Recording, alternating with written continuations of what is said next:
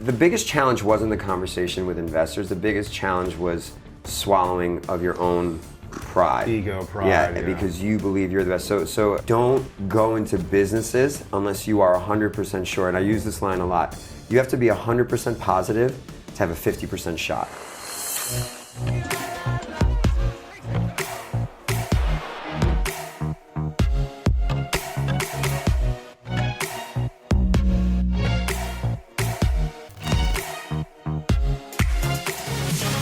What would make this the most impactful thing you've ever done in your life? This conversation. If one kid out there who was similar to me at 21, 22 got some information that shifted his perspective, and then he went out there and did some cool stuff. It's really hard to, when I was 30, I made some money. I put $50K into a basketball foundation in the town I grew up in Queens. And I thought I was gonna find a bunch of Russian Jewish kids that wanted to like play basketball and hear about life. And I was super disappointed that none of them gave a darn about life and just wanted to come play basketball and could care less about any information on their growth. And I thought that other 14, 15-year-old kids would have questions and opportunities when they met me or the other people that I brought in to speak with them after the basketball, that they would be into it, and they weren't.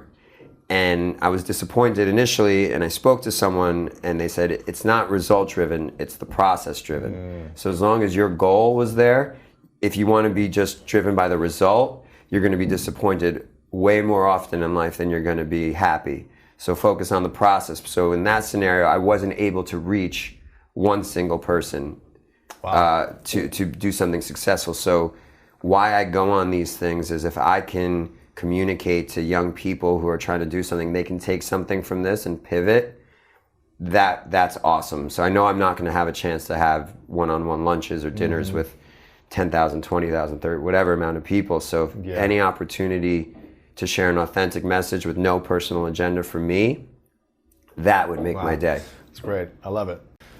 We've got Eugene Remm in the house. Very excited about this. Good to see you, man. Thank you, brother. Thank you for being here. Thank you for having me.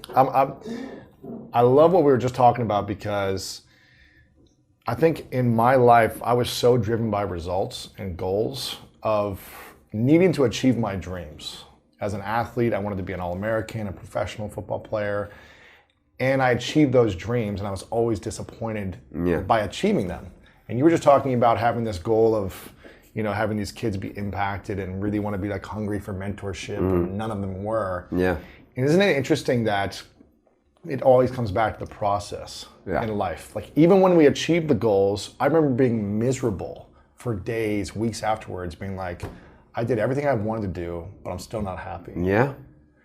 And so it doesn't matter if we achieve it or not. It should always be focused on the impact, the process, what we learn in the process, and how we help people. Yeah, I agree. I mean, I educate through storytelling. So for me, it's, you can give a statement like, hey, enjoy the process. And people are like, cool. Yeah. But for me, I really want this thing. I really want this thing. So for me, I could simply say that every time I look back on a successful moment, the moment where something sells or something happens is the most uneventful part of the entire process. So like raising all the money, or selling the company, the whole thing, the day-to-day journey. So I remember sitting with someone, and I owned 2 nightclubs, and they said, what do you want next? And I said, 3 nightclubs. And he goes, and then what? 4 nightclubs. He goes, and then what? He goes, a restaurant. He goes, and then what? A hotel. And then what? And then you start thinking like, oh my God, I don't even know what I really want. And I always compare it to the way we make fun of dogs when they chase their tail. They spin and spin and spin, and they get dizzy, and then they flop. And I feel a lot of times people are just chasing a tail. They never catch it, and then they just flop. And even if they do catch it, then what? They just sit there. So I think sometimes you're wasting a ton of energy on the goal. And I can tell you, at certain moments where you hit financial success, I thought something was going to change, right? And nothing changed. So if you think that your happiness is based off of financial success, and by the way, what a wonderful thing to put in front of people, because say, when you make a lot of money, you will be happy, because most people will not make a lot of money. So then they can go on that journey for their whole life and never reach their goal. which is kind of fun because then the process is there for them. Right. So, no one's really crying for people who are super successful or wealthy or doing the best at what they do, but they should have a little bit of empathy because when they keep achieving things, they realize that it's not enough. So it's really, really important to think that money is dangerous, and the idea that getting it is going to fix life's problems and the world's problems, it's so not true. But most people are like, yeah, right, you say that because you have it and they don't, so they won't be able to really understand, but that's just a fact. I think Jim Carrey said something like, I wish everyone becomes rich and famous one day so they can realize it's not the key to happiness, or something like that. Absolutely. It's not going to solve all your problems. Look, I think I compare it to when you're in an airplane and they tell you to put your oxygen mask on first so that you can help other people. I do think money is energy and energy is oxygen. So I do think it's important to have enough money where you feel safe.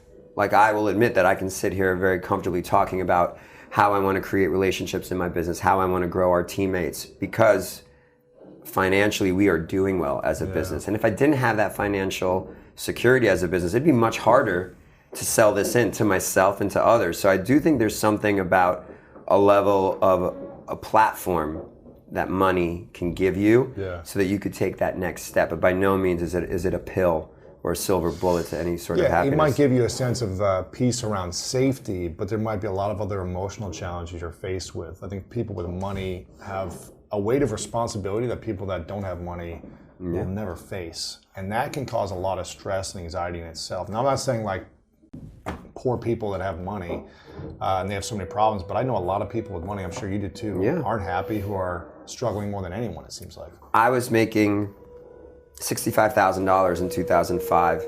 I was working for a gentleman named Steve Hansen. I was running one of his 30 stores. And every night, people would come in and they were incredibly wealthy. And it was the first time I saw wealth because there was no Instagram. So when I was growing up, you saw stuff. The cash coming out, the bottle, buying stuff. That's right. So when I was growing up and someone said, oh, I'm going away on a ski trip for vacation, I didn't know what that meant. I only saw the little tag on their jacket, and I knew they went skiing, but I don't even know what that meant. So I didn't understand that they had means to go skiing and where they stayed and all that sort of stuff. So I just thought, like, I went to the Poconos and stayed in a hut, and they went to Florida. There was probably a hut in Florida. I didn't realize that there were different layers of it. So you don't know that growing up. In 2004 and 2005, you start meeting these really successful people, and at first, you're enamored with their ability, with their title, and then they are kind to you because you are the key holder to their fun. So they communicate with you and share with you, and then with time, you find out that most of them have just as many problems as your buddies from college, that have just as many issues, and you would think that they are unstoppable and completely secure with their wealth, but they're not. So being in that industry and seeing all these successful people and understanding that they are no different other than this outer layer that they show to the world, that was really interesting to me, because that's the first time you really understood what wealth did. It was this thing you heard about. So again, when you hear about it and you never accomplish it, you just think, when I get there, I'll be really happy. So let's spend my entire life getting there, trying to get there. And that's kind of a scam. And I think that needs to be flipped on its head, and people need to really focus on. That's true, man. On doing things that make them happy. I think if you're financially rich but you're spiritually, emotionally, relationship poor, you're just like trapped. You're dead.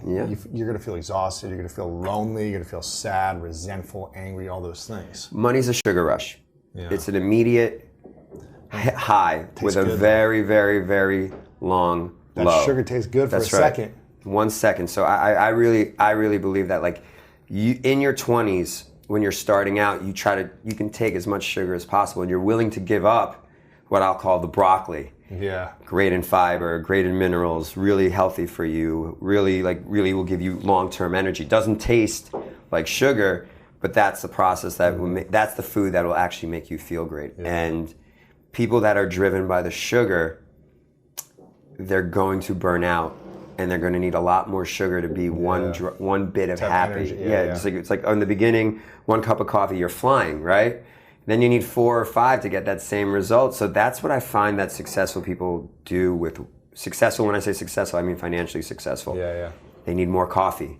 So they make $1 million, then they need 10, and then they make 10, and then they need 50, and then they need 50, they make 100 to try to reach that same thing that first cup of coffee did for them in the beginning. So what's the difference between, okay, you've got one restaurant and now you want to have multiple restaurants, and you've got another business with a gym and now you want to scale it to 20 gyms? Like, why not just stick with one each?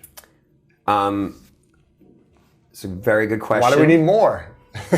and I'm not saying it's right or wrong. No. I think about it often, and I think about what life was like when Mark and I had one nightclub, and we lived in a cool apartment 3 blocks from the club. And I think it's growth, and I think it's evolving, and I think it's opportunity to grow other people. Because at the end of the day, if you're not in service to others, you will be incredibly lonely. That's true.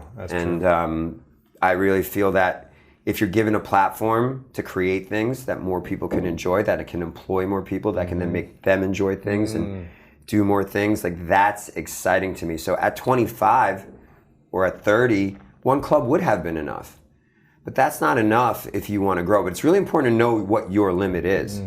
And I've gone through it several times where I think my limit is this, I push it, and then the world slaps me back. So how did that happen?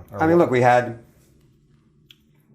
went from one venue, 10 June, which was the hottest nightclub in 2006. New York and the country. It was certainly something special, and it was something we certainly weren't expecting. Every celebrity and all the models, all the important people came, right? Day one was Kanye West, Jay-Z, Penelope Cruz. Our first birthday party, Mark and I are both born on the 10th of June. So we called it 10 June because we really wanted to make sure everybody knew it was ours. No ego involved at all. No. Of course not.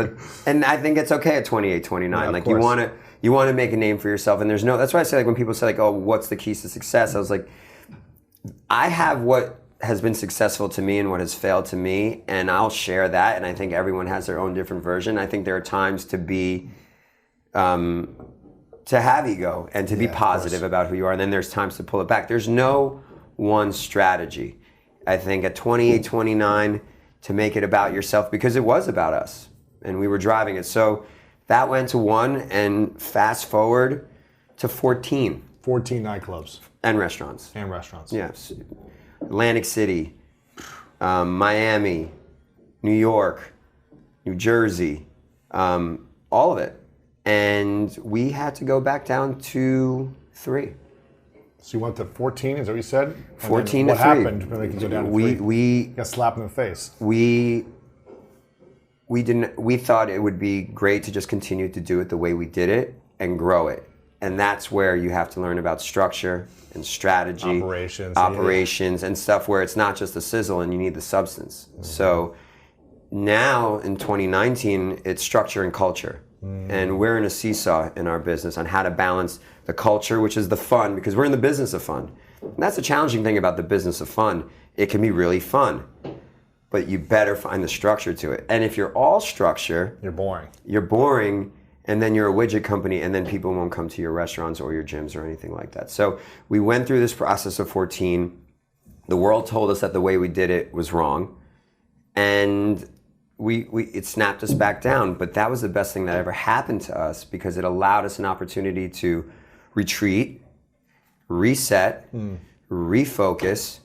Probably get some coaching and mentors from people. Yeah, absolutely. Look, it was because again, going from 1 to 14, who's going to tell you you're wrong when everything you do is right? Is working. So, and that's important too, because if you came to me right now and said, I'd like to open up a restaurant, I'm going to say, you're going to fail. You're like, well, you didn't even tell me the idea. And I'm going to say, I'm 95% right.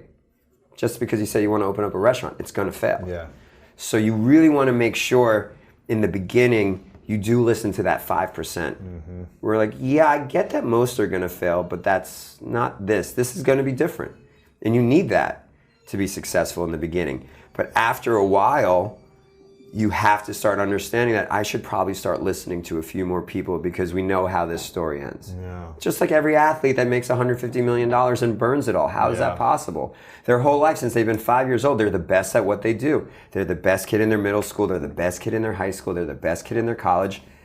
why would they ever think it's going to end? Yeah, their talent's never going to run out. Yeah. Absolutely. Why would they think it would ever going to end? And you can understand it now, and even I can understand it now. You get caught up, and that's when you slap back. That's when you reset, and with that reset, we found this diamond. The diamond is catch. And it wasn't 4 a.m. nightclubs 7 days a week. It wasn't multi-concepts, Mexican food, and this, and it wasn't multi-city. It was catch. And in New York City. And that property was reshaped, and it was led by great food, great service, great vibe. And that was put into place. And our basic core principles of running the business: take care of the staff will take care of the guests will take care of the bills. In the past, it was, I need money, so I'm going to take care of you, the guest, and staff, you better work because you're making money too. So I had it backwards. And I take full responsibility for that. And in the past, that was the other thing. I blamed other people. I blamed employees that worked for us. I blamed developers and partners and other people. But quite honestly, I made the decision to hire all those people. So as soon as you take accountability and responsibility for your failures, and yes, other people may not have executed, but you hire them. You decide to put them in that position. You chose not to pivot earlier. You chose to go down the path. You didn't instruct and inspect. You kept them on for a year, 2 years, hoping they'd change. Yeah. And hope is not a strategy. Yeah. And that's a big one. Hope is not a strategy. I hope this works. That's not a strategy. that is almost just blind faith. And occasionally blind faith works, but I think if you're trying to be successful in a percentage game, you need more than blind faith. Yeah. So 14-2, focus on catch. Expand to Los Angeles. Understand that. Did the nightclubs stop then? Yeah. You said we're done with the nightclub business. Well, it wasn't one moment where 12 places closed, but Tenjune was in its 8th year, stopped being successful. We gave it back to our partners who own SDK upstairs. Abe and Arthur's had run its course. The club below it has run its course. Atlantic City, which was a $2.4 billion casino where we were doing incredibly well, the casino went bankrupt. Wow. It went bankrupt. So these are things like you can write this in a story, but it happens. Miami, the project didn't work. So here you are. We did this project on the Lower East Side called Finale and the General, 22,000 square feet, and we're supposed to open, and then Hurricane Sandy hits. Oh man. So we go about $1.5 million on overages to get it open. Is not successful, is not soundproof, the concept wasn't proven, the neighborhood wasn't proven, and we're in $12 million. Oh. Bye. Oh. Yeah. What do you do about that when you're down 12 mil? You Your own money or investors' money or? Both. Oh man. Both. I mean, you have to have honest conversations. You have to accept that the process wasn't executed and there's many reasons for it, and you have to figure out how to pivot and move on. How do you handle those relationships when I've never taken investors in my brands? I've had a lot of different offers, and I've always been timid. I never feel like I needed it yet. Yeah. But how do you deal with that when, concepts may, pay dividends to these investors for a while, but then a 12 million loss and they're out and you can't really do anything about it? How do you have that conversation? And is that relationship done forever? Do they back you again? I'll tell you this, as an investor myself, when I give anyone money in anything like a restaurant or a nightclub or anything along those lines, I basically take the money, hand it to you, and in my head I expect to throw it in the toilet. Gone, yeah. And anyone who invests in some of these industries, even these venture capital guys. Especially a restaurant, right? Or today, anything. Yeah. If you want to invest in a tech startup, if you want to invest in an app, it's right? gone. Yeah. You better just assume that your money goes into the garbage. So I think everyone comes into it with eyes wide open. And they were definitely, investors at that time were definitely older than me and definitely had more experience than me. Again, I'm in my late 20s, early 30s, no financial background when I did these things. Now, with real partners, with real capital, we run it different. So the conversations today are super easy. Here's our risk tolerance, here's our P&L, here's how much it's going to cost to build, and here's what we think we're going to do. Here's your low case scenario, here's your base case scenario, here's your high case scenario. And yes, there is always a shot lose it all. of losing it all, and anyone knows that. So I think at the time, honesty is just really what you do. But the biggest challenge wasn't the conversation with investors. The biggest challenge was swallowing of your own pride. Ego, pride. Yeah, because you believe you're the best. So I think honestly most people were super understanding and understood what they got involved in. And that's part of that game. But I think in general, partnerships are challenging. Investors are challenging. So pick really good ones. Wisely. And don't go into businesses unless you are 100% sure. And I use this line a lot. You have to be 100% positive to have a 50% shot. Wow, interesting. So don't go in like, I think this is gonna work. In anything. Wow. In anything. Say it again? You have to be 100% positive to have a 50% chance. Okay. So we're in the middle of opening up a restaurant right now. And we've hired 16 front of house managers, 24 back of house managers. Yep. And when we interview them, openings are challenging. There is no system in place. It's not a spoke on a wheel. There's not structure. We're winging it. We're building it. It's a 6-7 day a week. This company is really about work-life balance, but not for those first 90 days. No. So I say to a manager, because sometimes managers who've been through an opening or are concerned about an opening are like, oh, my work-life balance, my family. And I say, I want you to be 100% sure that you want to be part of this opening, because that's the only way you have a 50% shot of making it through this opening. So if you are not... You're wishy-washy. Yeah, if you are not... Now, you can have a little bit of nerves, doubt a little bit, but you can be all in, though. You gotta be like, I'm going for it, right? And I actually think that goes for anything in 2019. Wow. People smell... relationships. Yeah. Intimate partners. Absolutely. Businesses. Yeah, look, everything is challenging. Owning a dog is challenging. So hard. You better love your dog, because when it poops on the floor, you're not going to be happy unless you really love the dog. Yeah.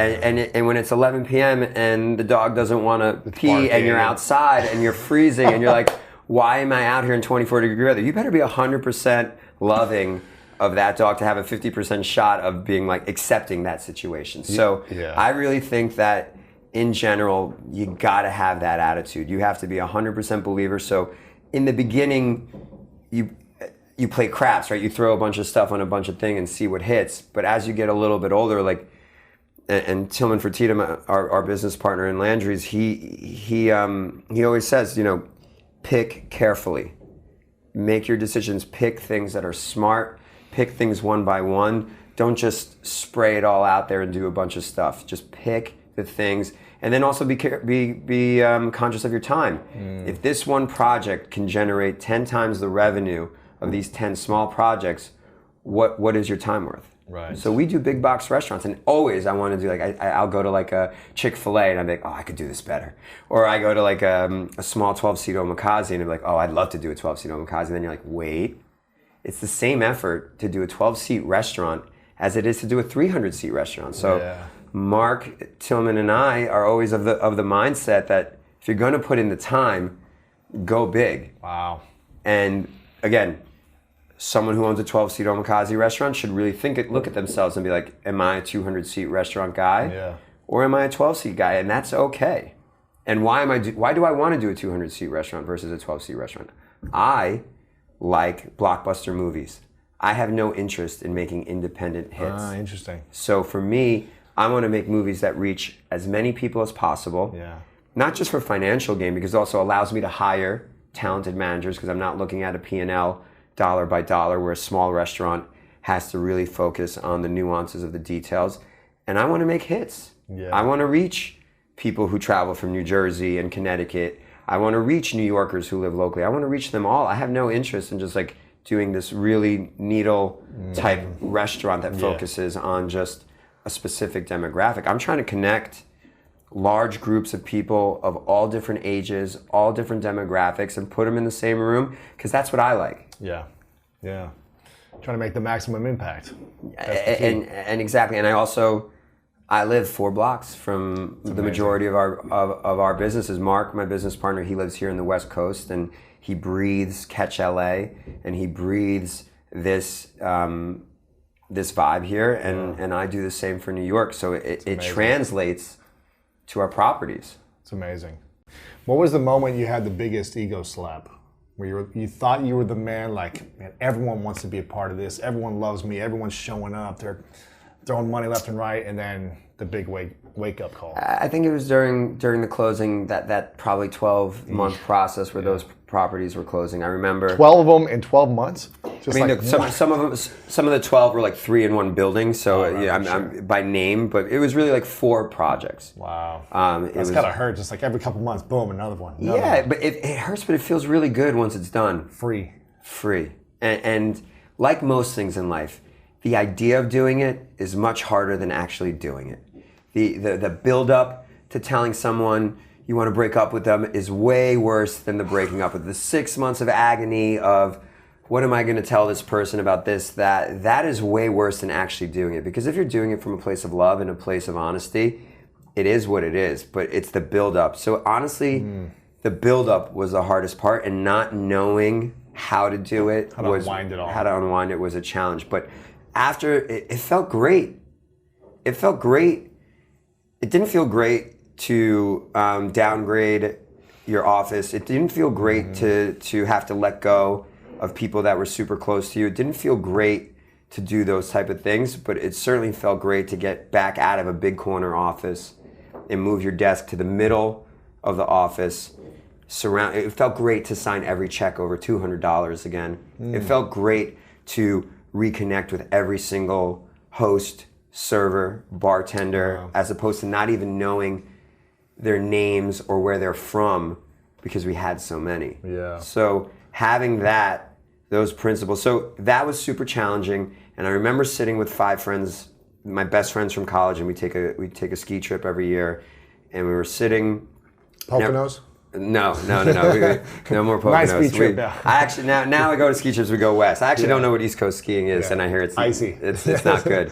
I only started to ski when I was 32, but I remember we were sitting there, and we all said, "What would you like to change in this upcoming year?" Just in a conversation, and everyone answered, and it came to me, and I said, "I think I'm doing everything right. I think I got it all handled. Wow. I think I'm working on my business. I'm working on my health. I'm working on my spirituality. I'm working on my relationship. I'm just great." And I came home from that trip, and I think literally there was a light switch of just, that's when every challenge started coming. Wow. So I think it's almost comical that what your ego will allow you to believe versus the reality that sets in. And I think ever since then, I'm much more cautious and much more checks and balances. I had no checks and balances to feel that way. It was just a feeling. And that's a challenge between gut and data, right? Like I'm a big gut guy, but you better have, that's like if you can run a 5-minute mile, but I can run a 10-minute mile, but I got GPS of where we're going to, but you're running in a circle. So you may be more of an athlete than me, but without that GPS, you don't know where we're going to reach that mile point. So I think data, as I've gotten into my late 30s and now in my 40s, using data to support my gut is the best balance of both. And any one in any extreme is a terrible way to do business. It will work once in a while, but if you want a good batting average, right, it doesn't work. Yeah. It doesn't work. That's true, man. You got to know the data of like, okay, this pitcher's usually throws a fastball in the first pitch, 70% chance he's gonna throw a fastball, but you gotta know the timing, the situation, and have just like natural intuition as well. That's like, right. When do you swing the bat? That's right. When we opened Rumble, 2016? 2017 January. Yeah. So we're 2.5 years. 2.5 years. We have 7 open. It's crazy, man. So fast. It was never part of the plan. And look, growth comes with its own challenges and its own excitement. So to grow is awesome and every person's into it. And then it comes with its own learning curve. But if you did 1 a year, less learning curve, but less growth and less opportunity. And less stress. Yeah. So it's really, I think it's a balancing act of finding it. But we opened that in 2017. And it wasn't like, oh, I think boxing's gonna work And I think group fitness is a good business, so let's go do it. We knew what every other group fitness concept was doing within a 1 mile square radius. You knew their numbers. We knew some basic numbers of what people do. We were able to figure that out, and most people could. We knew what it would cost to build. We knew what on a low case scenario, base case scenario, and high case scenario it would cost to return the capital. And that's how you go into it. And then you still got to feel like I'm going to kill this thing, and these numbers won't matter because we're going to promote the crap out of this. We're going to destroy these numbers. That's right. I got great people. These amazing trainers are so much better. But you still, it's like, I think there are 3 parts, right? There's an amazing team, there's capital, and there's timing.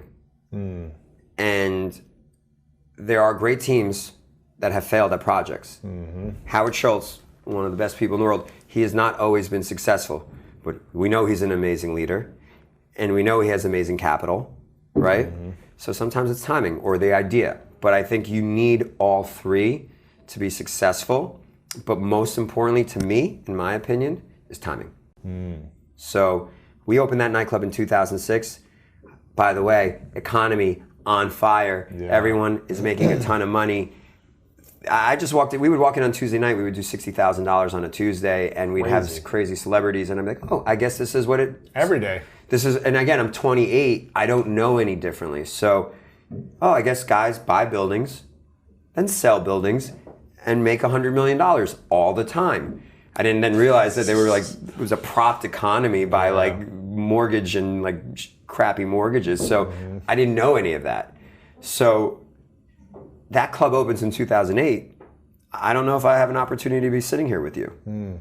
I don't know that we have the Catch Hospitality Company and all these amazing people. I don't know that I even get an attempt to do Rumble, because then I just fail at a nightclub and then I go work for somebody. Yeah, that's it. And that's then I got a house in the suburbs, and I'm doing that thing. Right. Probably don't have tattoos. Probably don't do any of these things. Probably don't get to hang out here in LA. So timing. And in 2017, group fitness hit its peak, and social media really hit its peak. Crushing. Stories has just come out. Instagram just starts doing paid posts, and we have this hot new thing. So I always find that like celebrity and trend, it's either gasoline or water. If the product is good, all of these factors make it gasoline and make it explode. If you have celebrity and you have hype, and my friend likes to call it born famous as a business, if you don't back it up with a quality product, it's water. Yeah. So your flame puts it out. That's right. And there's no time to build it or pivot it. Wow. So what was great in 2017 is now super challenging in 19, because now everyone has mimicked what we've done in branding with like the cool group fitness class. Yeah, and like it's like, all right, oh look, you want to do a boxing photo shoot with attractive people in a warehouse, and all right, got it. So what we have to do in those situations is pivot and counter programs. So recently, another business started doing warehouse photos with attractive people in a boxing gym, and I saw it, and I forwarded to my our marketing team, and I said, remove every image on our social that connects to this sort of thing. We did it, and it was awesome, but now that's it. Now you got to innovate. Back to the avocado toast, right? Right. When avocado toast became popular, everyone took a picture of avocado toast. They put the egg on top of it, they cut the egg, it oozed, it was great. You have no interest in seeing another avocado toast on anyone's social media. So there's times to lean into the trend, there's times to completely go against the trend. So we leaned into it in 2017. Same with Catch. There were many nights where Mark and I would sit at Catch like, I wish people can see what's going on here right now.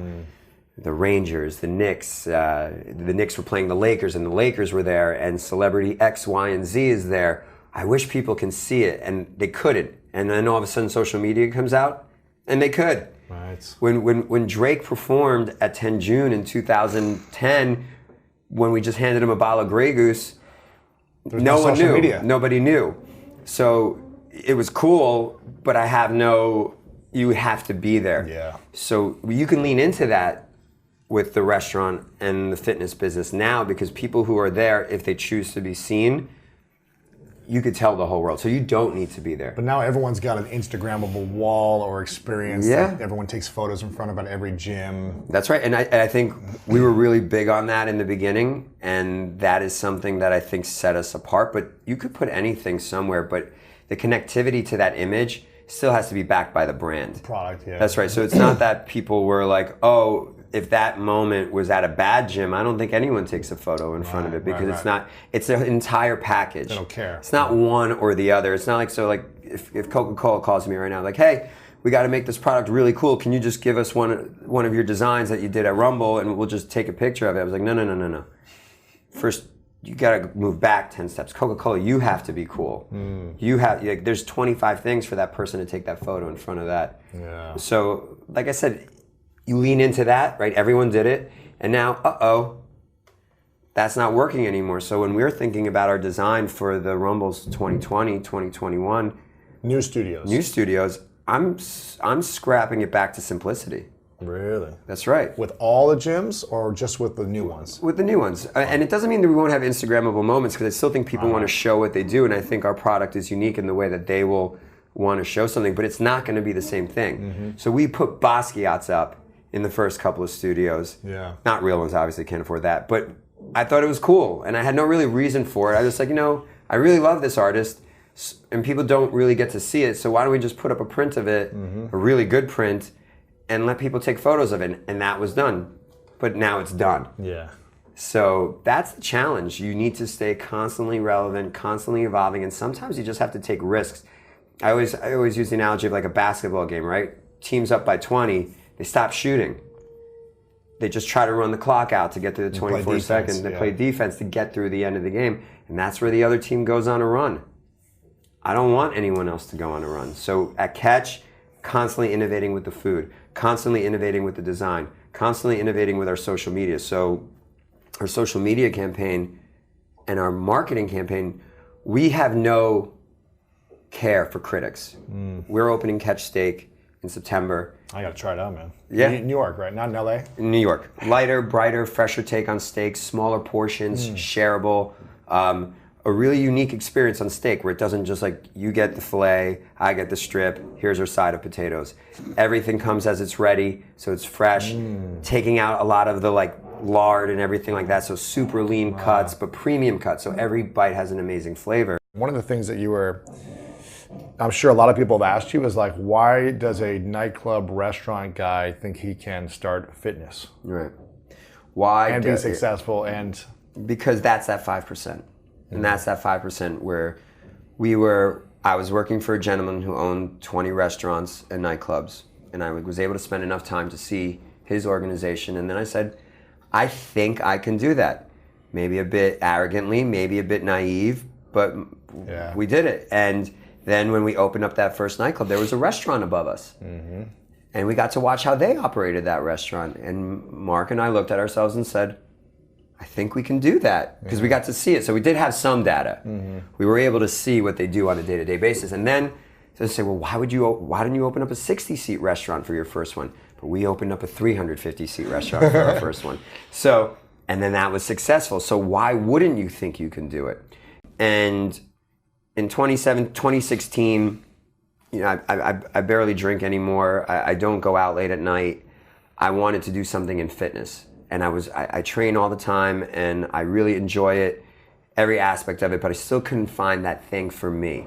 And I enjoy a Soul Cycle class, but spitting isn't my personal preference. But I enjoy it once in a while, but I was trying to find that thing that I can do. And I was going to the gym, but boxing became something I really loved.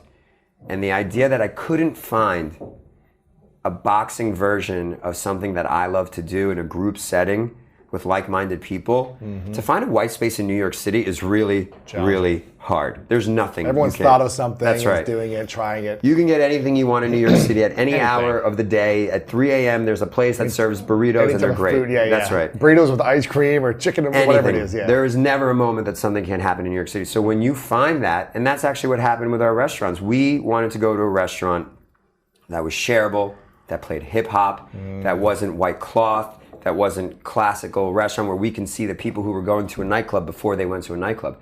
We couldn't find it, so we did it.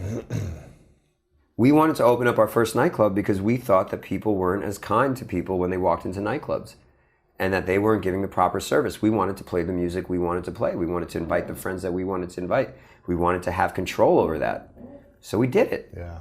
And that's really what happened with fitness was the team that came up with the idea together, we cumulatively thought there's a white space here. Our partners, great at scale, another partner, tech, and me with the nightlife restaurant experience came together. Another partner that came from 5 years of group fitness experience as the leading instructor, Noah Neiman, at Barry's Boot Camp. Wow. And he was a beast, and he happened to be a kid who went to the same school as me. He probably was one of the only kids I knew in group fitness. Wow. Right? So I timing, that's what I'm saying. Like, that's where you can't put it in a P&L. It's the magic. That's right. And it happened to be when Instagram started. And it happened 3 years sooner, maybe it wouldn't have worked. Most importantly, I only knew it because I followed him on Instagram and he started posting videos of him boxing. The trainer. The trainer. Noah, who's our partner. That's when you were like, oh, this guy's amazing. This guy's amazing. I know him from Barry's, but he boxes. So I sent him a text. Hey, if you know anyone in group fitness who really loves boxing, that is looking to make a move into becoming a partner into this new business, not you, of course, but anybody else, please let me know. And that's where the conversation started from. But that doesn't happen without social media. Right. Wow, man, this is crazy. And then that it all came about. And then the first one on 23rd Street, similar to the story on 2006 10 June, the timing, the location, and everything hit at the same time. And then obviously celebrity relationships that build it. And there you go. I think I read you have, Sylvester Stallone, Bieber, Blake Mycoskie, you've got Scooter Braun, like even probably more investors. Mm-hmm. How do you, one, attract those investors? And these are people with a lot of big egos, a lot of big successes who are saying, you know what, I deserve 30%, 10%, whatever it is. How do you divvy it up, all the investment, and still make it worth it for you with 4 partners, tons of investors? No. Everyone thinks that they're responsible for the amount of clients it's getting or the success, the promotion. How do you manage all the ego and energy of that all? You manage everyone else's ego by controlling your own. So you start by saying that this doesn't happen because of me. And then for me personally, Eugene Remm says, I can't do this by myself. Without this team. Without this team. I'm a team guy. I do not like doing businesses by myself.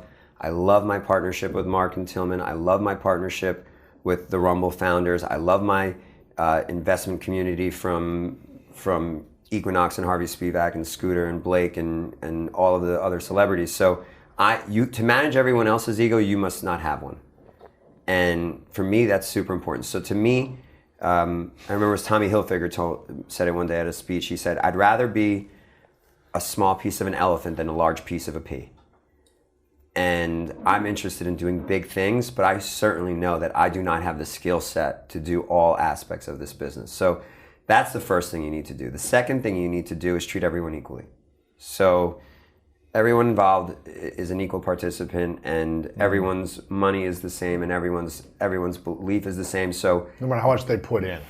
Yeah, everyone's treated the same. Yeah. And no one's responsible to say, I love Rumble, here's $10, now say it again and say it again. Yeah, so that's the other thing with our social media. We have never done a paid pay to play in our entire life. I have never paid a human being to walk into Catch and say, have dinner and post about it. We have never paid a single human being to walk into Rumble and say, I'll give you $5,000 for this post. Never. But what we do, we comp like meals or classes or something. We'll do. But we would do that. I would do that to you. I would do that to friends because that helps and adds value to everyone else's experience. So that's part of the business model. But as far as a paid to play thing, we don't do that. So I think it's really important that everyone gets treated the same. And then for me, it's not one thing like, oh, I know a lot of people. A lot of people know a lot of people. So you have to know a lot of people. You have to have a great track record, or at least a track record where you've been honest throughout the whole way, where people want to do business to you. So great product, an honest track record, and then you really just got to make sure that they love it. Because if they love it, they're down to do it much more. And then you have to make a decision.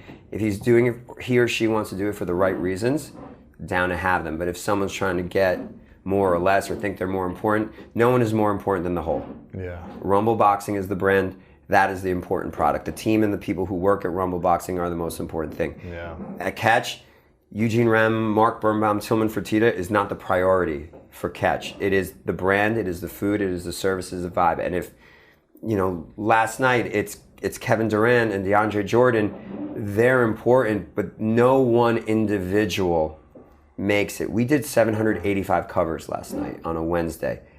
Everyone enjoyed seeing Kevin Durant and DeAndre Jordan. Covers? What do you mean covers? People. People in the room. Sorry. At the restaurant? Yeah. At 700 people. 755 people. In LA or in New York? In LA, because I was here last night. Yeah.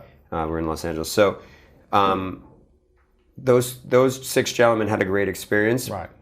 But if we just focus on them, the other 700 plus, that's a miss. So I think the best way to get all of this to work is make sure that everyone is handled. And there are people with way more relationships than I do, way more people in their cell phone than I ever had.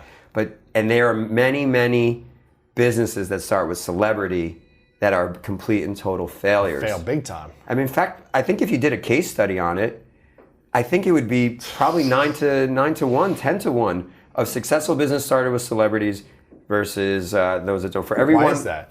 Well, because for everyone, Randy Gerber and George Clooney, who absolutely love their product and create Casamigos, there's 999 who are inauthentic to the brand. Just want to make money. That's right. Be cool. Or maybe they are authentic to the brand, but don't have the business practices involved, or don't have the timing, or don't have partners. Or the partners. So maybe they don't have the capital, maybe they don't have the team, and maybe they don't have the timing. So for every time someone refers to Casamigos, which I really just enjoy, the $1 billion business, amazing. Randy Gerber, who I used to work for, has loved tequila since the day I met him when I was 24 years old. Wow. He knows this business, and they both enjoy their product. Mike Melman as well. So that's why everything had to work. They're authentic. They're backed financially. They probably ran a great business, and they also had all those relationships. So it's never one thing. So someone's listening to this, looking for a silver bullet for success. It doesn't exist, because if there was one, everyone would just mimic it, and as soon as they mimic it, it will change. Yeah, you got to reinvent. You're no longer unique. So how important have relationships been for you over the last, 15 years since you started 10 June and have been in the business? Have you cultivated these relationships consistently for 15 years? Have you burned a lot of relationships from certain things? I think I'm a relationship guy. I work really hard on relationship. I try to put relationship before dollars in almost everything I do, which is why I love having partners. So to me, and this isn't the case in any of my business, but if I did 90% of the work and you did 10 and we were co-partners, I wouldn't care splitting it 50-50 with you, because the end result is I want an A. Yeah. Because to me, that 10% that you do might be really special and allow us to create this 1% product. So I don't really have an issue with that. So my relationships are a priority to me. I care about friendships. I care about relationships. I hope I haven't burned any relationships. I'm sure everyone has burned a relationship. Sure. I would never want to. And sometimes, though, you have to look at someone and say, what you're asking for is unreasonable. Yeah. And it is not, I would love to make you happy, but it doesn't work for me.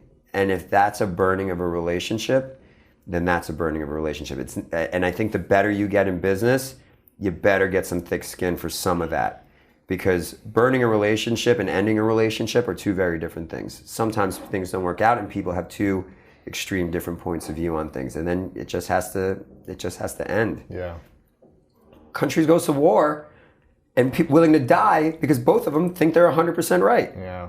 So of course there's going to be differences of opinion, and of course you can't maintain every relationship. I think it's how you do it, and as long as you can keep to whatever makes you sleep at night really well, that's the key. Because there is no amount of money that makes up for a good night's sleep. That's true, man. There is no amount of money for me to wake up this morning. I am not nervous when this ends to go look at my phone and see what's coming in. Yeah. I'm certainly confident that nothing wrong in a big scale is going to happen. Now, $10 more in my bank account is not going to be worth the potential of creating those conflicts. And that's another thing. People need to know their own threshold, their risk tolerance in business, who they are. I'm sensitive.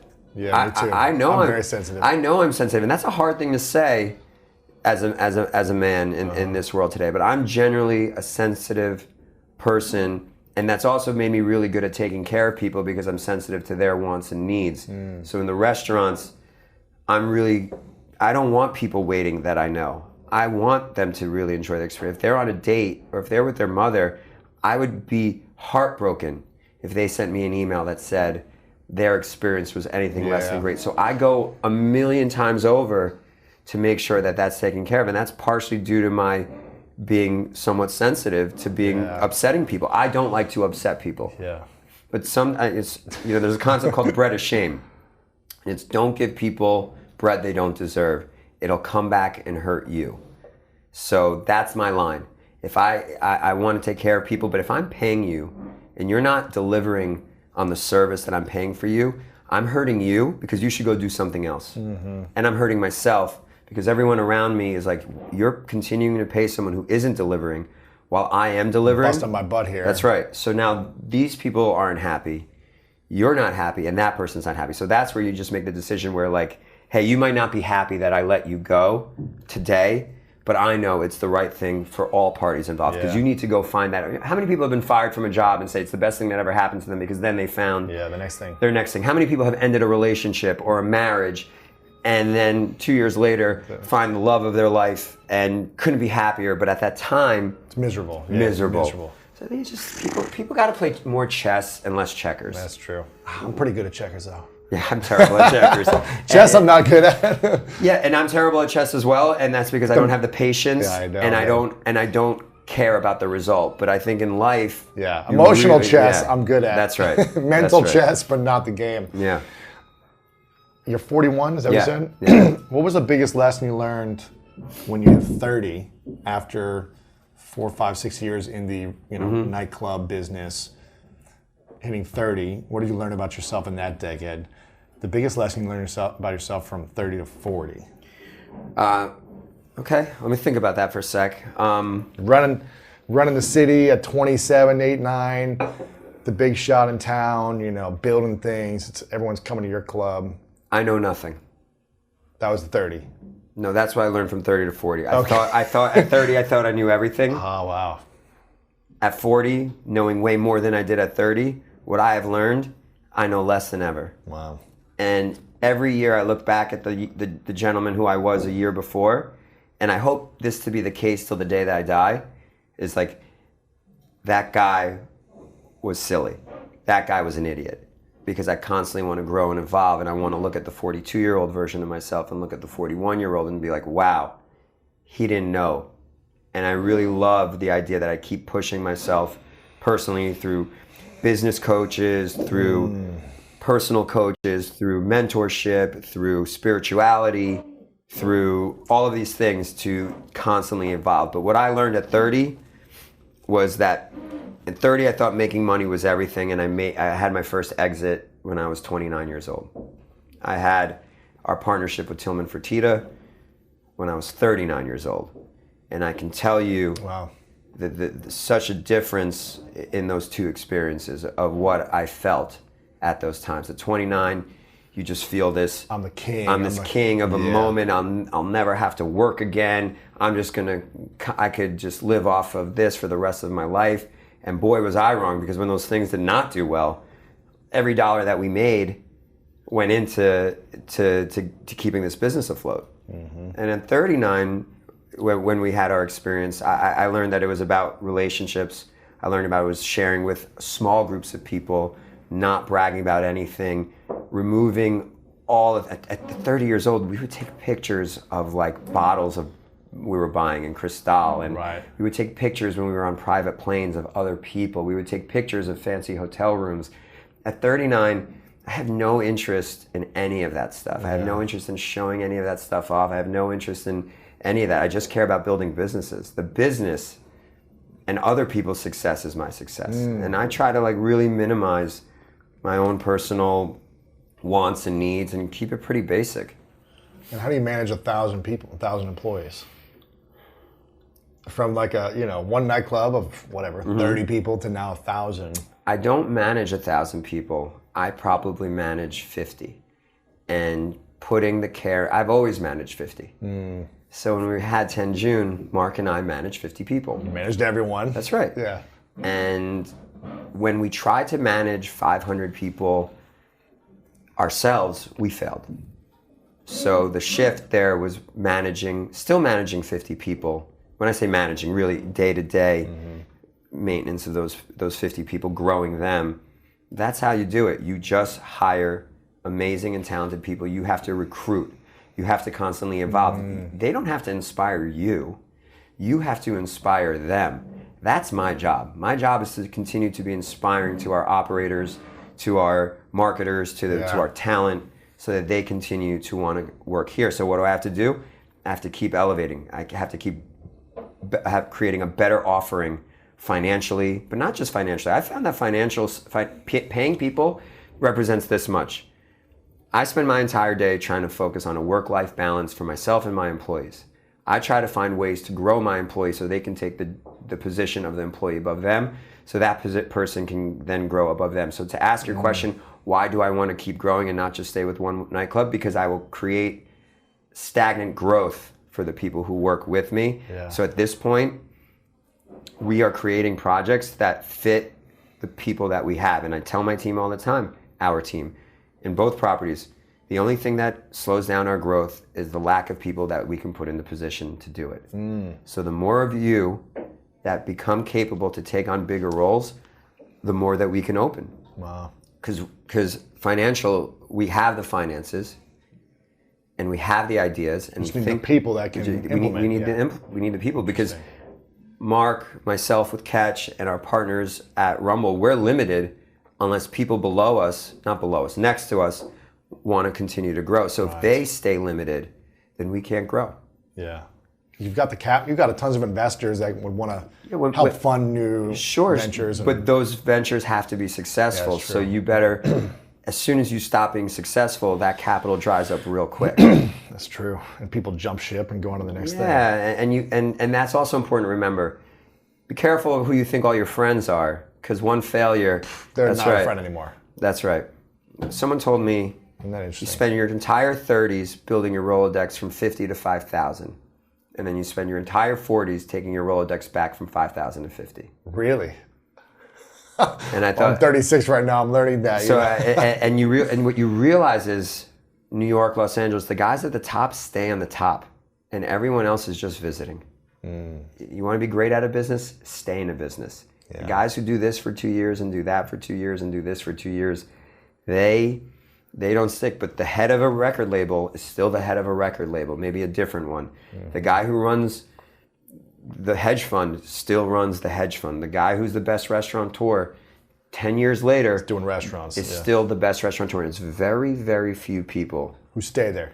And there's even fewer people in 2019 that make it into that group. So in 2006, there was an elite group of nightclub guys, and we were the new kids. And we made it in, and we stayed. And it's the same people that are still the elite today. The same people. There's been probably one or two big restaurant groups that have come up with us. Maybe one that I can really think of that's been super popular and has a growth the way we have. One in 10 years, nationally. Crazy. That's how hard, that's how hard this business is. It's crazy. It's a hard, hard business. What's the regret you'll have by the time you're 50 if you don't do something? What's the thing that you know, like, man, if I don't do this in the next 9 years, I'm going to really regret it? Or if I keep doing this and don't stop doing it, I'm going to regret it. I don't know.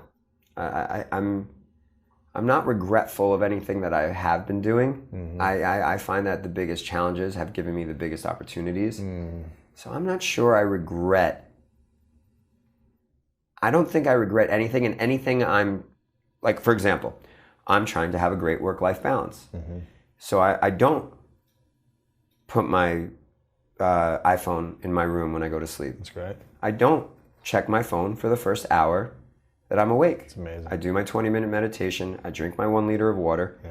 I work out 6 days a week. I am unapologetic for that hour and a half. So I will not regret starting another business in order to then not have to do those things. So I think I'm trying to accomplish those things, but if I will regret if I do not continue to grow, if I do not continue to listen to people, if I start to believe my own BS again, if I revert back to the guy, 26-year-old, or 26 or 31 or 35-year-old version of myself that stopped listening to others, that started to believe my own BS, if I revert back to that guy, I will be really disappointed, and I would be very regretful that I could not have learned from these opportunities that I had. That would be the biggest regret. If I go backwards instead of forwards to that guy or be any other version of myself from the past, I would be really disappointed with myself. Wow. That would be a real disappointment. I'm inspired, man. I didn't know what I would learn from you, but I'm really inspired to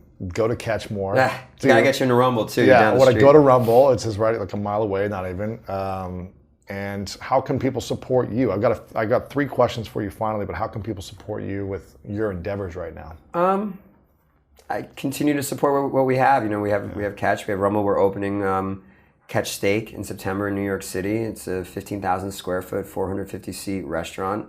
Steakhouse. I think steakhouses need to be redone, and I think there's a 2020 version of it, and we're excited to give it a try to hit that. So that's a big one and a new one for us. We're opening our second concept for Rumble, which is our treading concept, which is half treadmills, half weights, and Rumble Boxing is half the class boxing and the other half weights. So we're just in boxing, we taught you something you didn't think you know how to do, and we got you to do it. And in treading, we're gonna make you enjoy something that you do but don't like doing, which is running. Right. So it's no fun. It's not fun to run. Yeah. But when you have it with an experience, well, look, and a passion, and the music, and the lighting, like a SoulCycle feeling. Look, I think SoulCycle was the king of group fitness. They're certainly they're the OGs of this game, and they are what inspired me to get into the group fitness. And I think what they've done with cycling, we were very excited to do with boxing, and we're very excited to do with treading. So that opens at the end of October, and that opens in 23rd Street down the block from Rumble Boxing, and also in San Francisco simultaneously in the Marina. Is it coming here to LA too? It is. 2021 maybe, or 20. Trust me. You're trying to find space. And the team, one thing I can guarantee, that the team that we have at Rumble is working hard to get it wherever it makes sense to have. So for me, those are things that are great. But honestly, if anything here is valuable and in some way can help you, use it. And then if anything, more importantly, you use it and it works, share it. Yeah, that's you're really on Instagram, Twitter. Where do you spend time on personally online?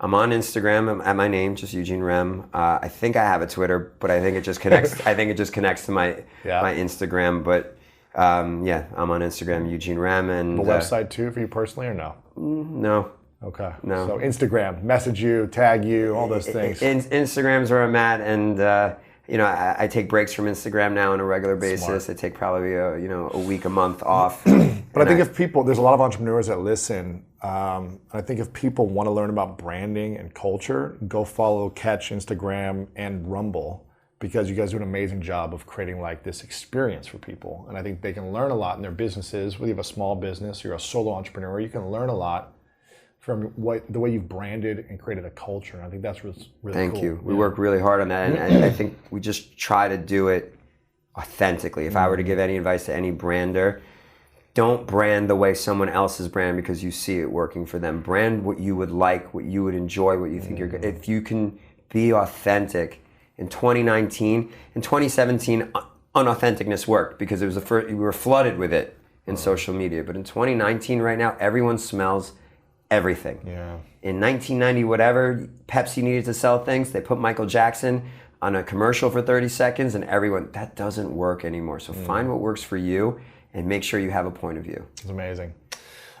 This question is called the 3 truths. Okay. So imagine it's your last day on earth many years from now, and you've accomplished everything you want. And you've created every restaurant, concept, fitness, written the books, whatever you want to do, you've created it. Yep. And you've got no regrets. Yep. But for whatever reason, you've got to take it all with you. So all the restaurants got to go with you wherever you pass on to.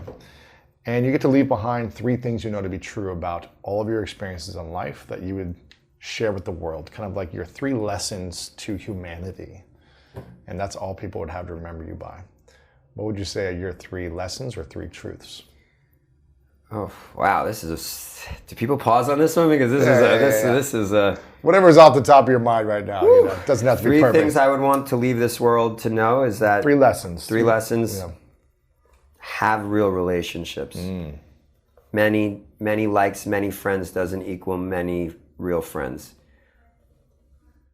One partner and one best friend is bigger than any of that. Wow. Just have one love and one best friend. If you can die with that, you are way better than most people on this planet. Wow. Yeah. Okay. That's one. That's one. That's 2. powerful. 2. Do what you love, and you'll never work a day in your life. Mm-hmm. Or is it love what you do, and you'll never work a day in your life? Mm-hmm. If your work is fun, it's not work. Mm-hmm. Yeah. Number 3. Take care of your body, or none of this is possible. Right. That's true. Health is everything, right? A healthy man has 10,000 problems. A sick man has 1. That's a good one right there. Is that your line, or is Definitely that someone else? not my line. Definitely. Anything smart I've said today is mostly from someone else, and any of the silly isms, my friends call it Eugeneisms, are mine. But anything that actually had some real, the 150 thing, that one I'll take credit for. Everything else is things that have been taught to me, and I pull those. But wow, that's great. Health. I want to acknowledge you, Eugene, because I think someone like in a position of yours, who was on the top of the world in New York City in your 20s, can continue to ride off of this energy of getting all this attention, all this acknowledgement, all the celebrities, whatever came with this, and the fast money and the success. It can be really easy to stay there. But you decided to continue to reinvent and live with humility in the process of all the attention, celebrity, acknowledgements that you get. So I acknowledge you for constantly doing the work. We talked earlier about you doing Hoffman stuff and working on emotional intelligence and getting coaches and really diving into your health, and you're not drinking as much. I think it's cool that someone who lived this lifestyle that was working realized it's not what it's all about anymore. No, it's thank you. And you're trying to create new innovative products and businesses to serve your employees and staff, as opposed to have them serving you. Yeah. And you just keep reinventing yourself. So in our limited time, I really appreciate your wisdom and your reinvention of yourself. It's really inspiring. Yeah. I appreciate it. I enjoy talking about failures more than successes, because I feel that people learn better from failures, and when the winners write the history books, they never talk about their failures. So I enjoy talking about things that don't work, and hopefully that can resonate to other people. Yeah, that's cool, man. Final question for you is, what is your definition of greatness? Consistency. There you go. Eugene, thanks, brother. Appreciate you, man. Appreciate it. Thank you for your time. Thanks, man. Appreciate everything.